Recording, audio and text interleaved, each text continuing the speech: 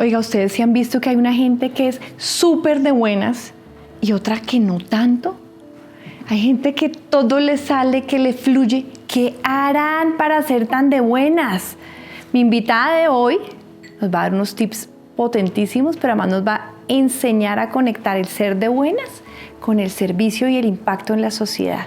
Se trata de Libby Betancourt, una mega ejecutiva, pero así tesa colombiana, que además se gana premios internacionales de recursos humanos. Eso sí es impresionante, pero además súper amiga, hermana, mamá, hija, todas las anteriores juntas, y adicionalmente tiene el secreto para ser de buenas. Pero antes de entrar con Libby, acuérdense suscribirse en mi canal de YouTube para que les lleguen los anuncios de cada Alma Luminosa, pero adicionalmente en Spotify también pongan suscribirse. Por favor, califiquen, su opinión es súper importante, sus comentarios son espectaculares y siempre los agradezco.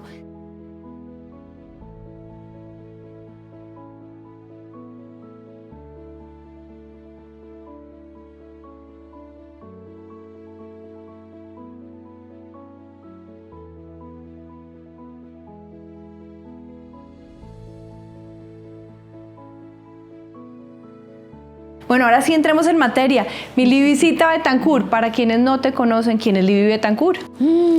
Bueno, pues yo diría que soy una mujer apasionada, amorosa, curiosa, muy emocional y que me inspira el disfrute y la conexión con las personas. El disfrute y la conexión, qué poderoso eso. ¿Eso tiene que ver con ser de buenas? ¿Tú naciste de buenas? ¿Cómo es la historia? Bueno, eso tiene que ver con de buenas, yo creo que sí, ¿sabes? Pero parte de lo que yo descubrí, además lo descubrí contigo, Caro, es que ser de buenas, yo incluso ni me había dado cuenta de eso. Sí, la gente me decía, oye, pero a ti como que todo te sale. Y también dependes cómo tú estás parado en el mundo frente a las situaciones que te llegan. Y yo descubrí que desde chiquita mi papá me enseñó 8 superpoderes para pararme en el mundo y ver todas las oportunidades. Y yo pensaba que eso era algo usual, normal. Que todos los papás les enseñaban a todas las niñas, mira, aquí están tus 8 superpoderes. Exactamente. Y precisamente fue contigo en una celebración en la que pues mi papá desafortunadamente se murió, pero yo digo que fui muy de buenas porque lo tuve 18 años de mi vida y tuve al hombre más maravilloso del mundo. Y voy a empezar a llorar porque, como dije, soy súper llorona. Y él... y entonces cuando le hicimos como una conmemoración familiar alrededor de su muerte, yo escribí una carta contando como todos los superpoderes que nos habían dado. Yo la mandé a este grupo que tenemos del curso de milagros y tú misma me dijiste que para mí fue como impactante. Oye, Libby, eso que tú estás contando ahí, lo estás subestimando. Eso no le pasa a todo el mundo, no se lo dan a todo el mundo, porque no lo pones al servicio de los demás. Y a partir de ahí, pues descubrí además que en la medida en que tú haces conciencia de los regalos que has tenido en tu vida y al ponerlos al servicio, sanas. Pero no solo sanas tú, sino lo que a mí me pasó es que sanó mi familia alrededor. ¡Qué belleza! Entonces sí ha sido algo demasiado bonito. Y los 8 superpoderes están explicados completicos en un libro que se llama Ganas y Canas. Ya vamos a hablar del libro, pero por lo menos porque es que la gente debe estar diciendo, ay, pero bueno, no, pues los 8 superpoderes, ya quiero saber cuáles son. ¿Cuáles son? Bueno, el primero es el propósito. Y digamos que, pues yo sé que hablamos muchísimo del propósito, pero yo diría que el propósito, lo principal es tener esa conciencia presente de para qué estás. Incluso eso puede ir evolucionando. Y no necesariamente tú tienes que tener un propósito, pero es esa conciencia que le da sentido a tu vida en el aquí y el ahora. Un para qué que siempre te puede acompañar a lo largo de la vida. No tiene que ser un propósito único, eso es bien importante. Exactamente. Pero lo otro es que muchas veces nosotros le huimos a las caídas.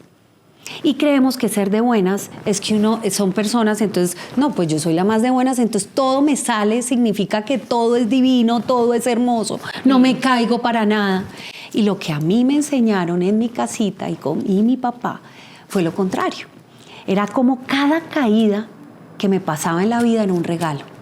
Cada vez que nos pasa algo que no era lo que nosotros esperábamos, que nos genera un remesón, que genera quiebres en nuestra vida, nos está dando la oportunidad de aprender algo para tener sentido y para estar en ese aquí y ahora.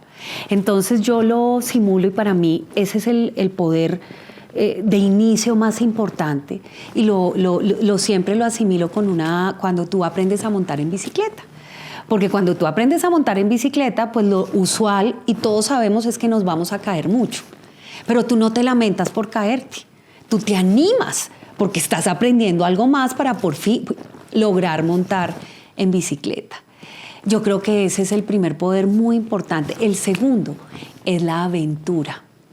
A veces queremos tener todo tan controlado que se nos olvida que lo más importante no es pasar la prueba, sino vivir bien, probando lo maravillosa que es la vida. Entonces ese segundo superpoder es el que realmente nos da el motor para vivir. Entonces si tú tienes sentido y tienes el motor que te lleva a vivir, entonces ahí va todo lo que tiene que ver con el optimismo. Y tú sabes que a mí pues me dicen que ay, Alicia en el País de las Maravillas, ay, Libby, pero no seas tan ingenua. A mí me enseñaron que el optimismo llamaba a la pronoia. Y totalmente. Cuenta qué es la pronoia.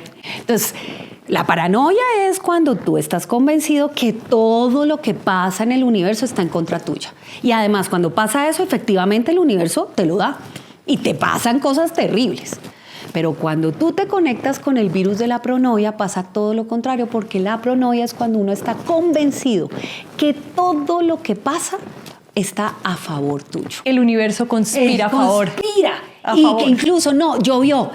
Claro, es que tenía que llover, porque si no llovía, tal vez yo no hubiera podido descubrir una sombrilla que me iba a proteger. Algo. Entonces, ese optimismo para mí es demasiado poderoso.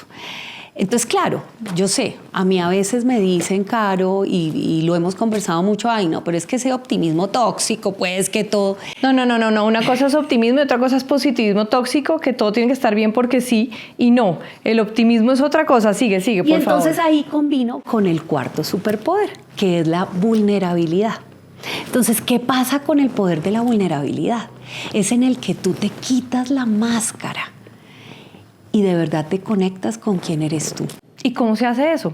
Antes de seguir con los otros. Pues precisamente por eso el optimismo que necesitamos con la pronoia no es tratar de ver todo y tratar de identificar que todo es absolutamente divino. No, todo es a favor tuyo. Cuando yo conecto con la vulnerabilidad, me abrazo y me acepto como soy. Entonces, primera clave que yo he aprendido y me enseñaron desde chiquita, la inteligencia emocional. Y la inteligencia emocional no es controlar las emociones, es primero hacer conciencia de ellas, porque cada emoción a nosotros nos lleva a aprender algo, están para ti. Sí, son muy poderosas. Y además todas son necesarias. Todas son necesarias. Entonces, muchas veces nos han enseñado, y a mí, por ejemplo, sí me pasó. Chiquita, a mí me enseñaron que llorar era buenísimo. Yo nunca tuve la imagen de un papá que no llorara, todo lo contrario. Para mí era muy usual que mi papá me abrazara y después de que me abrazaba, lloraba conmigo. Y su llanto no era de la tristeza de la falta de algo, sino que es que también la tristeza, cuando tú lloras de gratitud por la completitud, es un poder demasiado hermoso. Sí, es sobrecogedora. No, es una cosa que tú no puedes, ¿no? O sea, yo amo llorar de gratitud y por eso también soy súper llorona. Cuando tú te das ese permiso, también estás abrazando esa esencia tuya con todo como eres. Bueno, entonces una cosa son esas emociones, pero lo otro también es aprender a regularlas, que no es controlarlas. Y cuando hablamos de regularlas es que porque yo esté bravo no significa que tenga derecho a gritarte. Sí. Pero cuando yo estoy bravo sí significa que tengo derecho a expresarte. ¿Qué es lo que está pasando conmigo y por qué siento que una situación está siendo injusta? Y en la medida en que yo puedo regular y expresar, todo cambia, porque las emociones te llenan y conectan con los demás. Es lo que nos hace finalmente humanos. Para mí la vulnerabilidad es entender que el valor de cada uno de nosotros es la humanidad. Y la humanidad no es perfecta.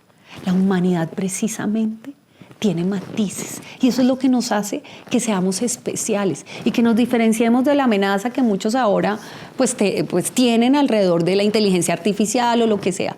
Lo humano es lo que nos dignifica. Eso estaba pensando justo en la verdadera revolución no es la tecnológica porque esa es imparable y esa es la humana, la de descubrir eso que tú estás diciendo que ninguna máquina podrá tener esos matices, esos colores. Bueno, sigamos, vulnerabilidad espectacular. Vamos en el cuarto que es la vulnerabilidad. El quinto para mí y que yo diría que es el motor mío cada mañana, es el amor. Y una cosa que he descubierto y que ha sido muy lindo es que a mí me enseñaron desde chiquita el amor y además me enseñaron que el amor no era contener, sino fluir. Cuando tú amas, tú peleas, tú discutes. Cuando alguien te importa, tú generas conversaciones difíciles. Precisamente cuando alguien no te importa, te quedas callado y dejas que las cosas pasen. Entonces yo aprendí de mis papás que cuando tú amabas, tú estabas al servicio y tú tenías el poder de mirar a los ojos a la persona y ver el regalo que eres. Todas las personas, absolutamente todas, hasta aquellas que a uno les parece que es una cosa muy horrible, son regalos, que a veces lo que pasa es que ellos mismos no se han dado cuenta del regalo que son. Hay una anécdota muy importante en mi familia, porque pues mi papá se murió en el avión de Avianca, que Pablo Escobar puso la bomba Bogotá-Cali. Y cuando Pablo Escobar pues lo asesinaron, se murió, lo que sea, la gente nos llamaba. Y nosotros ese día estábamos juntos en Bogotá, mi hermano, mi mamá y yo. Y entonces todos nos llamaban como, ay, pero qué bien, pero ya por fin se hizo justicia, ustedes se sienten felices. Y nosotros tres, pues éramos bastante sorprendidos y estupefactos porque en ningún momento de la muerte de mi papá nosotros dejamos de sentir amor por Pablo Escobar, de rodearlo de energía. Claro, eso era lo que más necesitaba Pablo Escobar. Pablo Escobar. Y yo te aseguro que él también era un regalo de vida. Lo que pasa es que se le fue perdiendo en su ser. Y por eso, pues, parte de lo que nosotros tenemos como magia y regalo es cómo hacemos para poder ser puentes y conectar el amor en las personas. Quiero pararte ahí un segundo porque esto es bien importante. ¿Cómo poder ver con luz a un personaje como Pablo Escobar que pone bombas, que tiene sicarios, que mata policías, que asesina, que es narcotraficante y con la droga se muere mucha gente? ¿Cómo poderlo ver con amor? Yo creo que pues, lo primero es que nosotros a veces caemos incluso en el amor, en creer que el amor es juicio, en creer que el amor es separación, en creer que el amor es separar quiénes son los buenos y quiénes son los malos. Sí. Y todos tenemos luces y sombras, absolutamente todos. Y todos en la vida podemos ir cultivando más luces o cultivando más sombras, pero todos somos unidad. Yo estoy convencida de eso, Caro, y lo he vivido. Lo pongo con Asentir, la fundación que nosotros hicimos cuando estábamos en la universidad y era ayudar y acompañar a las personas que vivían en la calle. Y tú veías al de la calle absolutamente despelucado, con piojos, vuelto nada. Y yo llegaba a veces de rumbear con mis amigos a sitios a comer por la noche perro caliente. Y llegaban mis monitos. Ellos me decían la mona. Y yo llegaba Y esto era el abrazo profundo de este señor que todos estaban, ¿no?, tratando de irse porque había llegado el señor terrible. Mira, tú no sabes lo que eran estos señores tan hermosos. ¿Qué les pasaba? Que como se pegamenteaban tanto y tenían tanta violencia alrededor, generaban tanta agresividad que se perdían de su belleza. Pero ellos mismos, uno de ellos me decía, Libby, ¿sabe qué es lo que pasa, monita? Que cuando uno va por la calle y ve a esa gente, que cuando lo ve a uno, él mismo coge la cartera y va corriendo rapidísimo, uno dice, pues que se asuste por algo. Pero cuando alguien como usted me mira a los ojos y me dice que yo valgo, el amor simplemente me llega, no sé de dónde. Yo creo que la clave, y por eso tal vez está el tema de los abrazos. Yo soy una abrazadora. La mejor abrazadora del mundo, Guinness Record. Pero parte es que yo aprendí desde chiquita que cuando tú abrazas, estás conectando tu alma con la otra alma. Pero lo más lindo es que después de abrazar tú puedas mirar a los ojos a la otra persona, porque le estás viendo el alma. Con solo eso es suficiente para sentir amor. No tenemos incluso que hacer muchas cosas, es simplemente verlo desde ahí. ¿Cómo harías para aplicar eso cuando no tienes la persona enfrente y mirarle los ojos y verle su luz? Si no, de repente prendes el televisor y ves un asesino en serie, un secuestrador, un violador. A veces gobernantes que o a veces los gobernantes del mundo que el ego los enloquece y se sienten emperadores. ¿Cómo haces? Pues la verdad, yo te digo que también no puedo decir que hay momentos en que me incomodo, Caro, ¿sí? Porque yo soy humana y precisamente hay momentos en que el ego también me llega y siento como desesperación, sobre todo cuando hay violencia, me duele impresionante. Pero ¿sabes yo qué hago después de eso? Vuelvo a la meditación y lo único que hago es enviar amor. Y yo siento que cuando nosotros enviamos amor, las cosas también cambian. Ni siquiera Totalmente. tiene que estar de manera física la persona. Nosotros tenemos ejemplos de milagros. Hace poquito, el gerente de marca, empleador y comunicaciones de mi equipo, su hija se fue con su esposa a unas vacaciones y al final de las vacaciones en Portugal ella terminó entubada, en coma y no había salida. Desde el inicio yo les dije, hagamos una cadena de oración y todos los días vamos a llenarlos de energía. A Jaime para que no se sienta solo y a Liliana porque ella va a volver.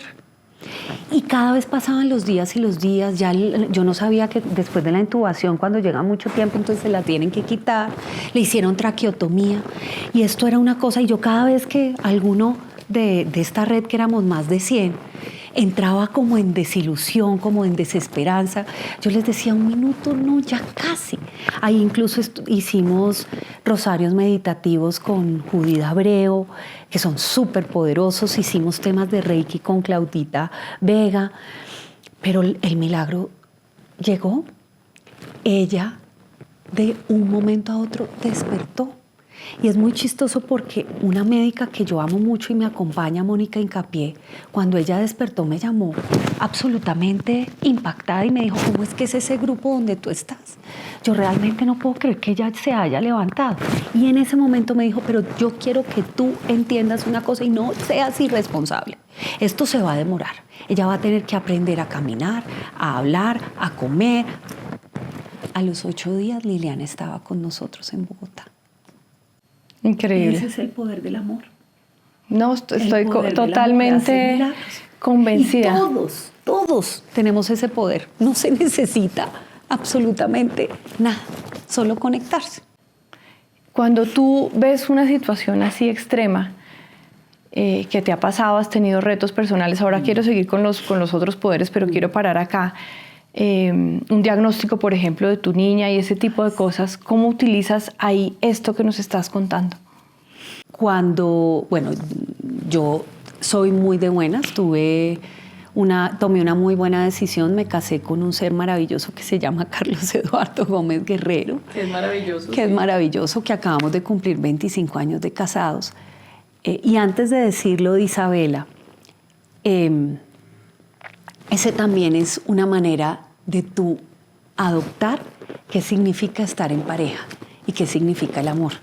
Cuando nosotros nos casamos, tuvimos muchísimos conflictos y estuvimos a punto de separarnos. Y tenemos 25 años en el momento en el que yo permití que Carlos Eduardo me hablara y yo escuchara lo que tenía para decirme.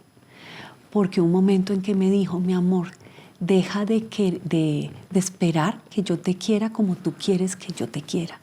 Y deja que yo te quiera como yo te quiero. Wow. Yo quería que él me quisiera de una manera. Y él me quiere como él me quiere. Cuando yo descubrí eso, aprendí y conecté con la grandeza de su alma. Y todos los días cada vez estoy más enamorada de él. Wow. Y él de ti también. Porque tú lo quieres como tú quieres querer. Sí, exactamente. Y somos muy distintos, somos muy diferentes, pero nos complementamos. Y entonces cuando nace Isabela, nosotros cuando nos casamos dijimos que nunca íbamos a tener hijos. Es más, nunca nos íbamos a casar y a los 9 meses nos casamos. Pero bueno, finalmente decimos nunca vamos a tener hijos y llega Isabela. Cuando llega Isabela nosotros fuimos inmensamente felices, inmensamente felices. Y Isabela fue creciendo normal, desde pues, lo que nosotros veíamos, pero sí tenía unas características que para nosotros eran rarísimas. O sea, Isa tenía un lenguaje súper sofisticado y una manera de conversar y de generar profundidad y hondura en temas cuando tenía 3 años. Y ella entra al colegio y empieza a tener conflictos de conexión y de relacionamiento con los niñitos de su edad. Y digamos que al principio no lo entendíamos. Para mí fue difícil porque una de las cosas que yo estaba acostumbrada cuando digo con el amor es que el amor también es un virus. En la medida en que tú eres amoroso o amorosa, pues todo alrededor es amoroso. Entonces yo estaba acostumbrada siempre a que la gente me quisiera. Sí, no, yo no había vivido que era un rechazo. Y comienzo a vivir que era un rechazo a través de mi hija. Y comienzo a vivir que era que ella tuviera que hacer una cantidad de cosas y no la quería. Entonces yo empecé a ir incluso a las fiestas de cumpleaños. Yo iba al colegio y era mamá y le servía en el comedor a los niños. O sea, trataba de usar todas mis habilidades sociales para lograr que los niños conectaran con mi hija. Y no pasaba. Entonces, nos dijeron que Isa seguramente estaba teniendo temas emocionales y nos metieron a los 3 en psicoanálisis. Y nos fuimos, Carlos Eduardo, Isabela y yo, a psicoanálisis como 5 meses definido por el colegio. Y mira, por eso es que yo digo que todo depende. ¿Tú crees? Para mí eso fue lo mejor que nos pasó. ¿Sabes por qué? Porque en ese momento la mamá de Carlos Eduardo se estaba muriendo de cáncer y ellos no estaban acostumbrados a expresar sus emociones. Y esa terapia de 6 meses nos ayudó a acompañar a Carlos Eduardo en un momento tan difícil y él poder expresar y poder despedirse de su mamá como correspondía. Todo pero perfecto. Bueno, pues el cuento es que finalmente esto se vuelve muy inmanejable. Isabela ya no quería ir al colegio, le escondían los tenis, o sea, esto era una cosa muy difícil. Entonces nosotros decidimos llevar a Isabel, cambiarla del colegio y la llevamos a donde un amigo de Carlos Eduardo, compañero del colegio, que es además muy, muy famoso, que en este momento se me olvidó cómo se llama. Y él es un psiquiatra súper famoso. Él le hizo un diagnóstico y ahí fue cuando nos dijeron que Isabela tenía Asperger. ¿Qué es Asperger para los que no saben? Entonces, Asperger es dentro del espectro del autismo. hay muchos niveles, entonces a veces uno cree que el autista es esa persona que no se puede relacionar con el mundo, El Asperger tiene como 3 características principales. Primero, tiene un coeficiente intelectual muy elevado. Mi hija tiene como 140 y pico, que eso era como Einstein, ¿sí? Segundo, tienen una sensibilidad muy a flor de piel. Entonces, por ejemplo, Isabela se levantaba por la mañana, te estoy hablando 5 años, miraba el periódico y entonces habían 2 niños en Etiopía muriéndose de hambre y ella empezaba a llorar, pero además me decía que cómo era posible que yo podía salir a la calle y no darme cuenta y hacer algo por la gente que se estaba muriendo de hambre, ¿sí? Y la tercera característica es que les cuesta mucho socializar. ¿Por qué? Porque ellos no tienen filtro. Ellos dicen Lo que piensan. lo que piensan.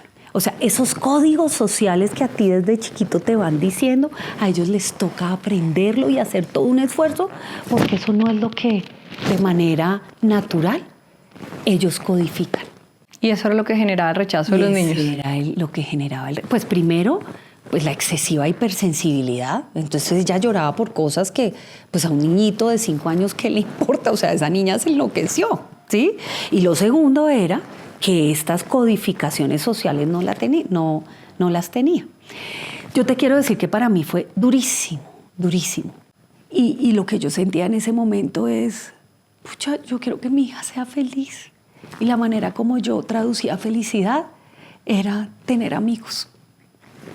Entonces yo decía, y muchos amigos. Pero también descubrí con Isa, y mi esposo es igual a Isa, ¿sí? Que uno no necesita tener muchos amigos. Y que es tan enriquecedor el mundo interior. Yo siento que mi hija a mí me enseñó lo importante que es el mundo interior. Y que uno puede florecer. Y que cada característica que tú tengas es un regalo.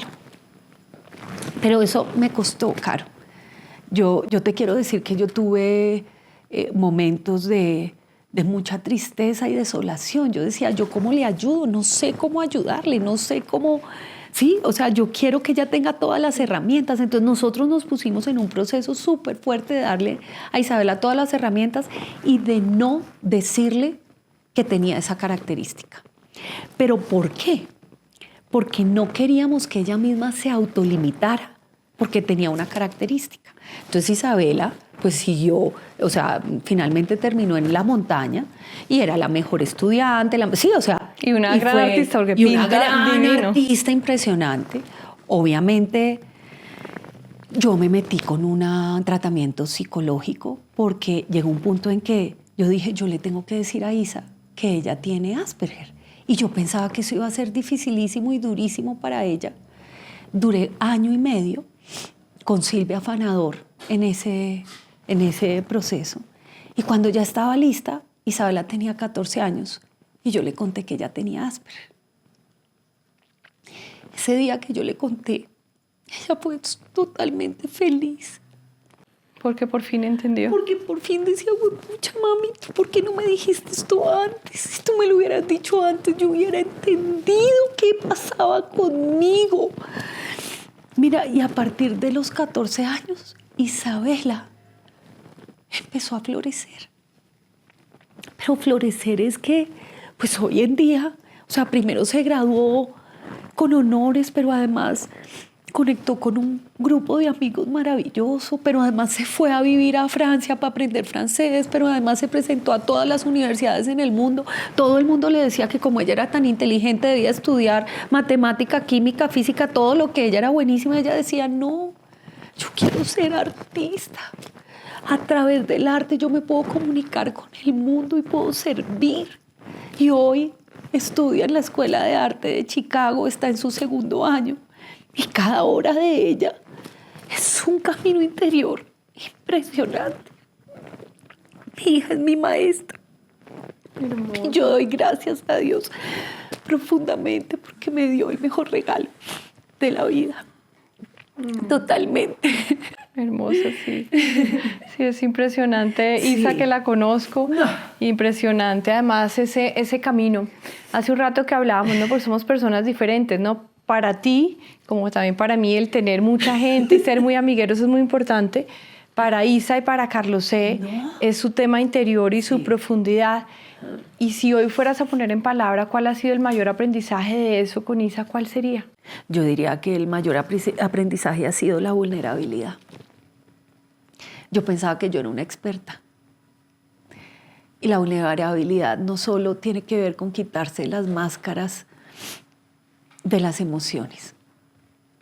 Yo hoy vivo muchísimo más liviana. ¿Sabes por qué? Porque aprendí que así como todos somos un regalo, no existen límites de nada para cualquier característica que tú tengas. No existen límites, de acuerdo. Y que todos podemos florecer. Entonces yo sí tenía un juicio alrededor de las personas que tenían ciertas características. Y hoy en día siento que cuando a ti te dan una característica de esas, te están dando un don. Porque te están poniendo superpoderes para ponerlos al servicio. Y también mi hija me ha enseñado que la verdadera felicidad no depende de otros. Y yo un poco vivía juzgándome mucho en función de los demás. Y ella me ha enseñado que eso no es libertad, eso no es fluidez, eso no es amor. No, eso es esclavitud. Eso es esclavitud, eso es una carga. Eso es una carga. ¿Y cómo se da el salto de esa esclavitud, de esa carga de estar todo el tiempo ahí En función de los demás a la libertad? Uy, huepucha. Esa todavía sigo caminándola todos los días porque además, Caro, yo escogí una función que amo, que es ser talento humano. Y los que estamos en talento humano, nuestro sentido es estar al servicio de los demás. Y es muy fácil a veces caer en querer poderle dar respuesta a todo el mundo y en sentirte culpable si no los ayudas y en ser salvador. Y yo diría que para mí el gran, digamos, pare que he hecho en mi vida y la diferencia es entender que cada persona tiene su proceso y que yo no tengo por qué vivírselos. Y si lo hago, no les estoy permitiendo crecer y que se hagan cargo de lo que se tienen que hacer cargo. Y eso pasó también con Isa. En el momento en que yo le di a ella las herramientas y le dije qué pasaba, dejó de depender de nosotros. Y se hizo cargo. Ella se hizo cargo y floreció. Sí, esta figura del Salvador va a hacerle un doble clic.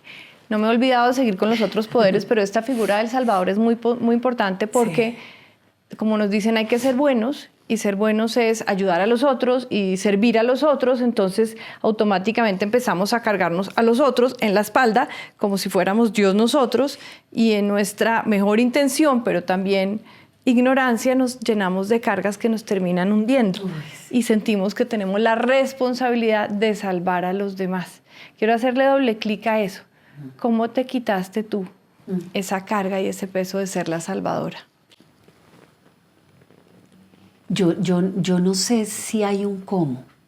Yo creería que es más como un qué. ¿En qué sentido lo digo? En el momento en que yo empecé la conciencia de que ser salvador no estaba ayudando, sino que estaba irrespetando el camino del otro, empecé a soltar esa carga que tenía, ¿no?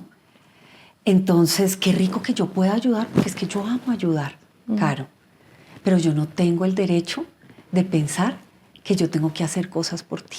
Entonces, técnicamente no es ayudar, es apoyar, que es muy diferente. Exactamente. La ayuda, Apoyar. y esto quiero hacerle doble clic porque refuerza exactamente el concepto que estás diciendo. Cuando dice yo ayuda, mentalmente la palabra te lleva a un lugar que dice el otro no puede y por eso necesita ayuda. Tienes razón, total. Pero como en el caso tuyo, como bien estás contando, es un apoyo. Aquí estoy para apoyarte, hija mía. Te entrego tus herramientas, te entrego tu diagnóstico y estoy aquí para apoyarte Para y todo. acompañarte si necesitas.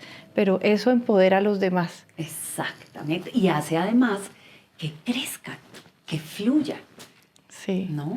Cuando el síndrome de Salvador interfiere, bloquea. Exactamente. resta, minimiza, disminuye al otro. Hace que el otro se vea más chiquito y que sienta que no puede.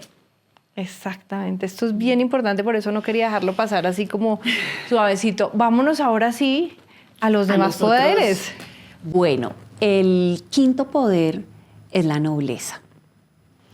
Y yo creo mucho en eso. La nobleza es esa capacidad de perdonar y volver a empezar. Y pues finalmente es que todos nos equivocamos. Pero el problema es que a veces cuando tú esperas algo de alguien y esta persona no responde como tú esperabas, te resientes. Pero además uno se vuelve y se cuenta la película y se la cuenta. Yo en el libro hablo de cómo mi papá me lo enseñó, que yo lo amé, porque yo estaba chiquita, peleé con mi mejor amiga del colegio y lo que pasó cuando peleamos es que todo el curso se fue un poco en contra de lo que yo pensaba y yo llego a mi casa con todo para contarle a mi papá y para que me dijera qué iba a hacer y durante todo el trayecto yo volvía y repetía la misma escena y decía es el colmo y más al colmo porque eso es lo que hacemos, ¿no? O sea, pasa algo y tú todo el tiempo lo refuerzas y cada vez te cargas de más rabia y más injusticia y más resentimiento y de repente mi papá me dice, mi amor, no, vas a ir mañana, la vas a mirar a los ojos, le vas a decir que no pudiste dormir y que estás súper triste por lo que pasó y vas a ver lo que va a pasar con ella. Y efectivamente yo llego al colegio, le digo y ella ahí mismo lloró, las dos lloramos y nos abrazamos. Hubiera pasado todo lo contrario. Yo hubiera llegado a decirle, pues mía, pues peor. Y entonces ahora cojo mi bando y ahora somos los dos bandos y ahora eso es lo que... Y vas a ver lo que va a pasar. Y esto se vuelven unas escaladas cuando, ¿para qué? Y hay un tema que yo de verdad creo que es una receta muy importante para vivir bien en la vida y es lograr que el orgullo se vaya. Sí, ojo, orgullo ego, ¿no? Porque el otro es el orgullo lindo de abrazarme a mí, reconocerme, el orgullo ego. El orgullo que te está diciendo, no te vas a dejar. Pero ¿cómo así? Pero a ver, usted también puede, pero a ver, conteste, responda, haga. Sí. Ese orgullo que entonces dice, si él me lo hizo, ¿yo por qué le voy a volver a hablar? Si él no sé qué, ¿yo por qué? ¿Sí? Yo creo que ese orgullo daña la relación. Pues ese orgullo daña al mundo. Ese orgullo ego es el que causa todas las guerras del mundo. No hay una guerra en el mundo que no venga del orgullo ego. Exactamente. Entonces, cuando tú quieres trabajar en esos superpoderes de ser de buenas, la nobleza es súper importante. Y es mucho más poderoso cuando hay desilusiones y tú vuelves a encontrarte y a caminar al lado de esa persona. Yo quiero volver a esa historia con tu amiga, porque creo que es súper ejemplarizante. Y así como le hicimos doble clic al ser Salvador, hay otras dos puntas del drama, que son la punta de ser víctima. Me siento víctima de mi amiga y de todo el curso que se puso en contra mía. Y luego de la víctima me paso al perseguidor y me voy todo el bus del colegio viendo cómo voy a atacar. Y llegas y tu papá te saca del drama y te dice ni lo uno ni lo otro. Quiero que hablemos un poquito del caer en el victimismo y de caer en la persecución. Y cuál es, a la luz de las enseñanzas de tu papá y de los superpoderes, la salida. Uy, sí. Yo creo que hay dos elementos súper importantes para no caer en el victimismo, que es pobrecita yo, todo el mundo y yo no puedo hacer nada, o caer en el agresivo, ¿no? Que va a culpar y a defenderse y a atacar. Uno es el propósito, vuelvo y lo digo. ¿Por qué? Porque finalmente, ¿qué es lo que nos une? ¿Para qué estamos? ¿Por qué damos vueltas y hacemos todo esto? Cuando tú encuentras ese para qué común que nos importa, el resto deja de tener sentido. Yo me acuerdo con mi esposo Caro, que a mí pues como me enseñaron todo el tiempo que sí, me equivoqué, sí, perdón, sí, en la familia de él eso pues no se lo enseñaron así. Entonces en la primera pelea, y además a mí me enseñaron que uno tenía que desahogarse. Entonces en la primera pelea pues yo le dije, o sea, me desahogué y le dije todo lo que pensaba. Él no estaba acostumbrado a eso, pero además entonces él no podía creer que yo le pidiera perdón, porque yo creo que es muy importante que ese perdón siempre tiene un sentido de algo mucho más elevado que nos une. Cuando tú estás en una relación de pareja, hay siempre algo más elevado que nos une. Cuando se pierde eso más elevado que nos une, es cuando nos comenzamos a separar y ya no hay. Lo mismo en las organizaciones, ¿sí? Cuando tú estás con tus colegas y siempre vas a tener temas, discusiones, diferencias, temas que tú esperabas y no se dieron. Pero si no hay algo más elevado con lo que nos conectemos como colegas, pues empiezan los bandos y empiezan unas guerras de poder y de interacción y de ego súper hartas. Sí. Y el segundo es el respeto. Y cuando hablo yo del respeto es que tenemos derecho a expresar todo, ¿sí? Pero eso no significa que transgreda, ¿sí? Porque cada vez que yo hago eso, tú vas a dejar de escucharme. Sí.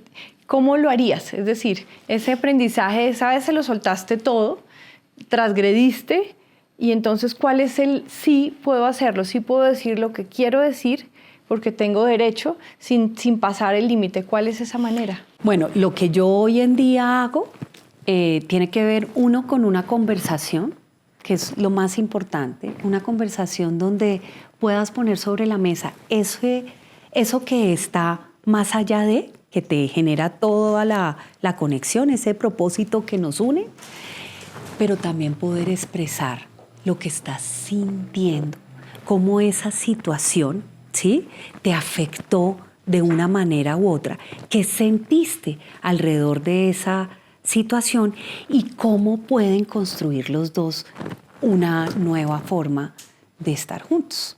Y llegar a acuerdos. Espectacular. Nobleza, maravilloso. Siguiente superpoder. El séptimo es perseverancia. Y la perseverancia tiene que ver con que generalmente nos hace falta el último 5%. O sea, generalmente uno dice, yo voy a ponerlo en un ejemplo bobo, voy a hacer deporte y voy a bajar de peso. Y muchas veces uno hace un poquito de deporte y baja un poquito de peso, pero te falta ese 5% que querías. Sí, yo aquí lo tengo en mi cadera para no ir más lejos. La perseverancia es la que te permite completar hasta el 100% y saber que van a haber cosas donde, pues, ¿por qué pasa que tú no llegas hasta terminar la dieta? Ay, porque es que tenías la reunión más espectacular y entonces hicieron un banquete divino. Claro, siempre vamos a tener retos que no te permiten llegar a completar ese 100%, pero para mí la perseverancia fue algo que me enseñaron desde chiquita. Pero entonces, ¿cómo se hace? Precisamente tener claro todos los días cuál es la meta y no descansar hasta completarla. Y saber que cuando más estás a punto, ¿sí?, de sentir que estás cerquita, es el momento más importante de no botar la toalla. Eso me parece clave. Cuando ya sabes que está ahí. Es que estás ahí. Ahí es donde no puedes botar la toalla. ¿Qué te pasa cuando uno está más flaquito? Pues es que ya. No, pero ya todavía no. ¿Sí? No, es que ya estoy haciendo deporte. Sí, pero todavía. Entonces, cada vez que soltamos, cuando falta ese 5%, perdemos. Eso es increíble esto que estás diciendo. Es como cuando uno está aprendiendo a meditar. Exacto. Y uno dice, igualito, la mente no se calla, yo no sirvo para esta vaina. Pero si uno insiste, ahí es cuando viene la experiencia mágica. Y es impresionante. Impresionante. Es impresionante. Entonces, ese es el séptimo, que es perseverancia. Me queda el octavo. Y el octavo, que amo y adoro, que es un camino, que no es un punto de llegada, sino un camino que tenemos que recorrer todos los días, y es la armonía, que es esa conexión entre la mente, el cuerpo y el espíritu. Y que es todo eso que nosotros tenemos que trabajar para que todos los días podamos estar transitando ese presente y esa armonía. Y eso tiene que ver muchísimo con el cuerpo, con la mente y también con el mundo espiritual. Ay, espectacular, me encanta. Bueno, todos esos poderes están en un libro que se llama Ganas y Canas, que estoy muy orgullosa de Libicita, y también porque lo lanzaste a instancias del movimiento LEAD. Libby es una LEAD fundadora, pero adicionalmente del libro, que por favor cómprenlo, está también una empresa que se llama Ganas y Canas. ¿Qué hace la empresa Ganas y Canas? Bueno, hay una cosa muy importante y una distinción, y es que imagínate que teníamos la posibilidad de convertirlo en una empresa y lo que identificamos es que debía ser una fundación. Okay. Entonces ya van a ser 2 meses, fundamos Ganas y Canas, porque el libro de Ganas y Canas no solo habla de estos superpoderes, sino también hace una invitación muy especial a unir las generaciones. Los ganosos, que son estos jóvenes que tienen todas las ganas, las ideas, con los canosos, que somos los que tenemos las canas y la experiencia. Y hacer proyectos juntos. Entonces, ¿esto qué significa? Y esta fundación, ¿en qué está trabajando? Está trabajando primero en poder tener acompañamiento tanto a los jóvenes como a los canosos en sentido de vida y de proyectos que se conecten con su alma. Nos hemos dado cuenta en los experimentos que hemos hecho que los jóvenes hoy en día están tan metidos en las redes sociales y lo que dicen esas redes sociales que perdieron espacios para conectarse con lo que a ellos realmente les mueve el alma. Y por el otro lado, los canosos, cuando se pensionan, muchas veces nos dicen, y me ha pasado, hay amigas, Caro, que me han dicho, mira, tengo una persona, no te puedo decir el nombre, pero esta persona ha sido muy exitosa, ha estado en multinacionales y se acaba de pensionar. Y ha entrado en una depresión muy fuerte, porque encontró que todo su propósito estaba fundamentado en esa organización maravillosa. Y al no estar, no sabe ahora qué hacer con su vida. Entonces también los canosos necesitan encontrar ese propósito y sentido de vida. Y después de que tú haces ese camino, entonces viene el siguiente paso, y es cómo los juntas para que se complementen. Yo lo viví, Caro. Yo tuve la oportunidad maravillosa de montar una empresa con mi mejor amigo de la universidad, siendo jóvenes, y nos unimos con un canoso que tenía toda la experiencia como consultor, había montado muchísimas empresas en el mundo de talento humano, tenía además toda la reputación y además tenía todas las representaciones más wow de Estados Unidos para traer a Colombia. Imagínate el combo perfecto. Él no tuvo que desgastarse, no maleteó, no, nada. Pero lo que nos aportó fue importantísimo para nosotros que estábamos jóvenes poder crear lo que queríamos. Bueno, si alguien que está oyendo esto quiere, oiga, yo me interesa, soy ganoso, soy canoso, quiero estar ahí, ¿qué hay que hacer? Entonces, primero, hay un blog muy importante de la comunidad que es www.ganasycanas.com.co. Ahí ustedes van a encontrar abajo inscribirse y a partir de ahí ya hacen parte de la comunidad en todo lo que va pasando todas las semanas. Lo segundo, también tenemos canal en Instagram y en TikTok de Ganas y Canas. Y se llama así, escriben Ganas y Canas y ahí Instagram aparece. Y TikTok, listo. Pero adicionalmente a eso, estamos escribiendo un segundo libro que se los recomiendo, va a estar disponible a partir de enero del próximo año. Pero ese libro lo que está haciendo es documentando todas esas historias de ganosos y canosos, tanto lo bueno como lo malo, que están generando temas de interconexión generacional, pero no solo en el mundo del emprendimiento. Lo que también encontramos es que el mundo de las empresas también es un mundo donde se deben unir las generaciones. Pero claro, porque llegan las nuevas generaciones, entonces es la nueva generación de, no esos, los viejitos, y los viejitos no esos nuevos que llegan. Exactamente, y esto es una oportunidad maravillosa de juntarse, pero además también, mira que ha sido una diosidencia encontrar, por un lado, a Juana García, que pues tú sabes que ella es directora de proyectos de emprendimiento en la Universidad de los Andes, obviamente para los jóvenes, ¿sí? Y por el otro lado a Patricia Morales y Mauricio Reina, que montaron un centro de investigación de longevidad y vienen investigando en todo lo que pasa, porque hoy en día pues el mundo cambió y claramente no es lo mismo cuando yo hoy a los 54 años, la energía que tengo y cómo luzco, a lo que pasaba hace unas décadas con una persona cuando tenía la edad mía en este momento, ¿ves?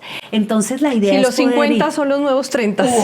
pero además de verdad. Sí, de verdad. Entonces es una maravilla porque digamos que este movimiento también parte de lo que quiere es generar conciencia, no solo en Colombia, sino en Latinoamérica y en el mundo, que la segunda vuelta es mejor que la primera.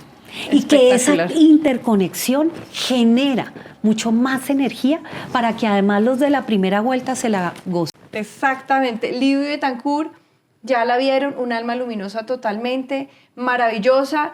Mensaje final de cierre para que nos vayamos todavía más empoderados. Mi mensaje final tiene que ver conectando el último poder de armonía. Y es que todos los días tomemos un tiempito para abrazarnos. Nosotros somos las personas más importantes de nuestra propia vida. Y por eso tenemos que sacar el espacio para honrarnos.